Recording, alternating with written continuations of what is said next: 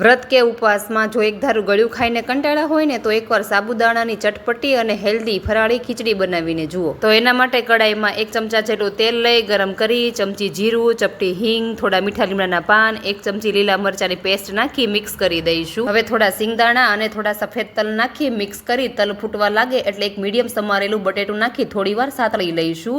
હવે 1 નાની ચમચી હળદર અને સ્વાદ પ્રમાણે સિંધવ મીઠું નાખી મિક્સ કરી દઈશું। હવે 1 ઝીણું સમારેલું ટમેટું નાખી ટમેટું નરમ થાય ત્યાં સુધી સાતળી લઈશું। હવે એમાં સ્વાદ પ્રમાણે લાલ મરચું પાવડર, ચપટી મરી પાવડર નાખી મસાલાને થોડીવાર સાતળી લઈશું। હવે એમાં 1.5 ગ્લાસ જેટલું પાણી નાખી દઈશું અને આપણે જેટલા સાબુદાણા લેવાના હોય એનું 3 ગણું પાણી લઈશું। હવે પેલો ઉભરો આવે એટલે 1 વાટકો પલાળેલા સાબુદાણા નાખી દઈશું અને સાબુદાણાને 1 કલાક માટે પલાળી દીધા હતા। હવે સરખાઈથી મિક્સ કરી ઢાંકણ ઢાંકી મીડિયમ ગેસ પર સાબુદાણા નરમ થઈ જાય ત્યાં સુધી ચડવા દઈશું। એ પછી સાબુદાણા નરમ થઈ જાય અને રસો ઘટ્ટ થઈ જાય એટલે અડધા લીંબુનો રસ અને ઝીણા સમારેલા ધાણા નાખી મિક્સ કરી દઈશું અને તૈયાર છે ચટપટી અને સૂપ જેવી હેલ્ધી સાબુદાણાની ફરાળી ખીચડી। જો વ્રત કે ઉપવાસમાં આ સાબુદાણાની ખીચડી ખાઈ લીધી ને તો આખો દિવસ બીજું કંઈ નહીં ખાવું પડે। તો શ્રાવણ માસમાં આ એકવાર જરૂરથી ટ્રાય કરજો અને આજની રેસીપી કેવી લાગી કમેન્ટ કરીને જરૂર કહેજો। મળીએ નેક્સ્ટ વિડીયોમાં।